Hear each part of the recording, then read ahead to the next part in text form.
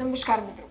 મહાવીરસિંહ સિંધવ જેમના મોતને લઈ આપણે છેલ્લા ઘણા દિવસોથી વાત કરી રહ્યા છીએ. મહાવીરસિંહ સિંધવને અનેક લોકો માથા ભારે કહે છે તો અનેક લોકો તેમને આજે પણ યાદ કરે છે.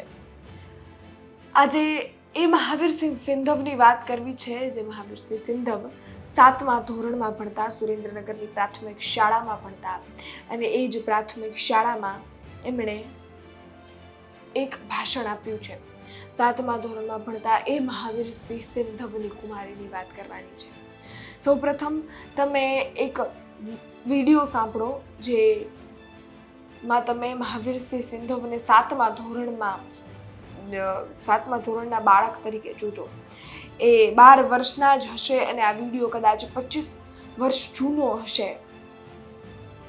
એમાં મહાવીરસિંહ સિંધવ સ્વામી વિવેકાનંદનો એક સ્લોગન કહી રહ્યા છે અને એ એવો સ્લોગન છે કે ઉઠો, જાગો અને ધ્યેય પ્રાપ્તિ સુધી માંડ્યા રહો. આ સ્લોગનથી એ સ્વામી વિવેકાનંદજીને લઈ અને ભાષણ આપી રહ્યા છે. સૌપ્રથમ તમે એ મહાવીરસિંહ સિંધવના આ વિડીયોને સાંભળો જેમાં મહાવીરસિંહ સિંધવ ખાલી 7મા ધોરણમાં ભણતા અને 12 વર્ષનો એક છોકરો છે જેટલી ખુમારીથી બધાની વચ્ચે બોલી રહ્યો છે. બાર ગામથી પધારેલ મહેમાનો, ગુરુજનો અને વાલા વિદ્યાર્થી ભાઈ બહેનો, હું મહાવીરસિંહ ભગવાનસિંહ સિંધવ ધોરણ 7માં અભ્યાસ કરું છું. હું તમને આજે સ્વામી વિવેકાનંદજી વિશે 2 શબ્દો કહીશ. ત્યાં સર્વે શાંતિથી સાંભળશો. સ્વામી વિવેકાનંદજીનો જન્મ સંવંત 1919ની પોષ વદની 7મની સોમવાર ઈસવીસન 1863ની જાન્યુઆરીની 12મી તારીખના રોજ થયો હતો. સ્વામી વિવેકાનંદના પિતાનું નામ વિશ્વનાથ અને માતાનું નામ ભુવનેશ્વરી દેવી હતું. સ્વામી વિવેકાનંદની ઉંમર 6 વર્ષની થઈ ત્યારે તેમને પાઠશાળામાં મોકલવામાં આવ્યા હતા. 7 વર્ષની વયે વિવેકાનંદજીએ મુગ્ધબોધ નામનું સંસ્કૃત વ્યાકરણ તથા રામાયણ અને મહાભારતના ઘણા ખરા ભાગો કંઠસ્થ કરી લીધા હતા. સ્વામીજી સૌના વાલા હતા. તેમને મન ગરીબ, ધનવાન, ઊંચ, નીચ જેવા કશા જ ભેદ ન હતા. પુત્રના લક્ષણ પારણામાંથી એ કહેવત મુજબ વિવેકાનંદજીને નાનપણથી જ સાધુ સંતો પ્રત્યે અત્યંત પ્રેમ હતો. સ્વામી વિવેકાનંદજીની યુવાવસ્થાનું નિરીક્ષણ કરતા જણાય છે કે એમના ચારિત્રનું ઘડતર કરવામાં 3 મુખ્ય પરિબળો ભાગ ભજવ્યો છે. એ 3 મુખ્ય પરિબળો છે એમના કુટુંબના સંસ્કાર, બહુ મુખ્ય તેમનો પ્રભાવ અને મહાન ગુરુ શ્રી રામકૃષ્ણ પરમહંસનું માર્ગદર્શન. રામકૃષ્ણ પરમહંસ આ મહાપુરુષ સાથેના સમાગમને કારણે સ્વામી વિવેકાનંદજીનું આધ્યાત્મિક જીવન શરૂ થયું અને પહેલા જ મેળા વખતે શ્રી રામકૃષ્ણ પરમહંસ સમજી ગયા કે વિવેકાનંદજી પોતાનો સંદેશ જગતને આપશે. રામકૃષ્ણ પરમહંસના જુદા જુદા આધ્યાત્મિક અનુભવોને વિવેકાનંદજી ચકાસી જોતા અને ચકાસણીમાંથી પાર ઉતર્યા પછી તેને સ્વીકારતા. તેઓ ડર કે દબાણની વસ્તુને કશું સ્વીકારતા ન હતા. જીવનની તમામ પ્રવૃત્તિઓ વીરતાના ઉચ્ચ આદર્શથી રંગાઈ જવી જોઈએ એવું તેઓ સતત કહેતા હતા.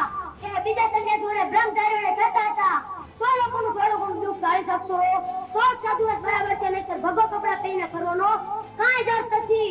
તેઓ કહેતા હતા, જો નક્કી ધ્યેય ન રાખ્યું હોય, કઠિન શિસ્ત નિયમો ઘડાયા ન હોય અને સતત અધ્યયન તથા અધ્યાપન ચાલતા ન હોય તો સંદેશો પવિત્ર ન રહી શકે અને લોક કલ્યાણના કાર્યો ન કરી શકે. સ્વામીજીએ પોતાના જીવન દરમિયાન કાશીપુર, વરાનગર, હિમાચલ પ્રદેશ, દિલ્હી, ગુજરાત, મહારાષ્ટ્ર વગેરે જગ્યાએ પરિભ્રમણ કર્યું. તેઓએ ભારત દેશની બહાર પણ અમેરિકા, ઇંગ્લેન્ડ, યુરોપ વગેરે જગ્યાએ પોતાનો ગુરુનો સંદેશો પહોંચાડવા પ્રવાસો ખેડ્યા હતા. સ્વામીજીએ તેમના જીવનમાં મોટું અને મહત્વનું કામ કર્યું છે કે આજે પણ સુરક્ષા નોંધાયેલ છે. અમેરિકાના શિકાગો શહેરમાં હોલ ઓફ કોલમ્બસ નામે ઓળખાતા વિશાળ ખંડમાં 1893ની સપ્ટેમ્બરની 11મી તારીખે સવારે 10 વાગે વિશ્વ ધર્મ પરિષદનું ઉદ્ઘાટન થયું. આમાં અનેક ધર્મો અને પંથોના પ્રતિનિધિઓ આવ્યા હતા. ભારત દેશના પ્રતિનિધિ તરીકે વિવેકાનંદજી હાજર રહ્યા હતા.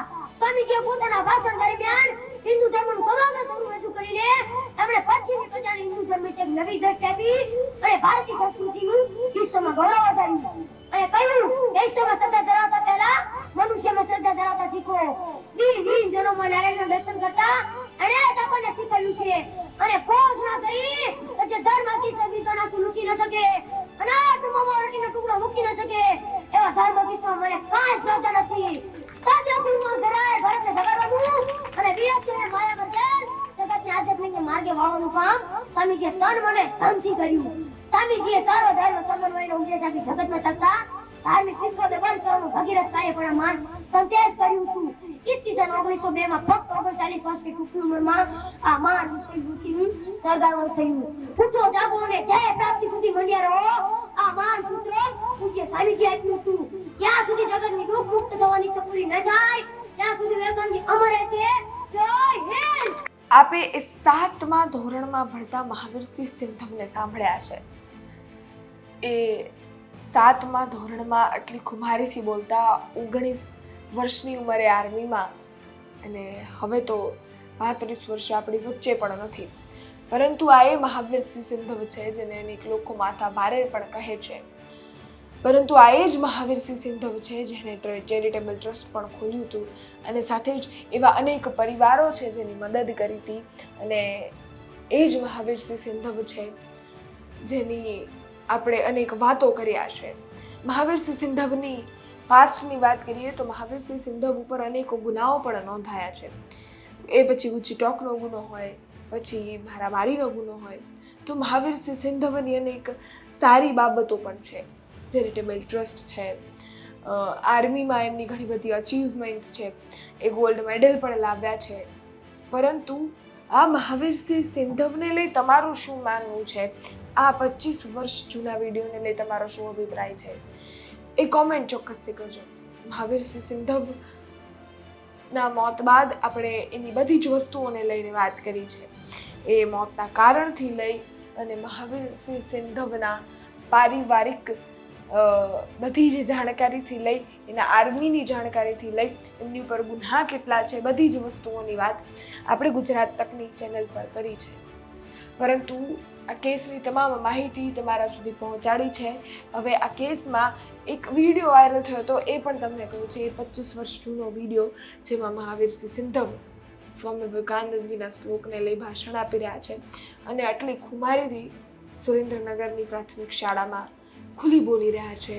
આ અંગે આપના શું અભિપ્રાય છે એ કોમેન્ટ કરજો. ધન્યવાદ.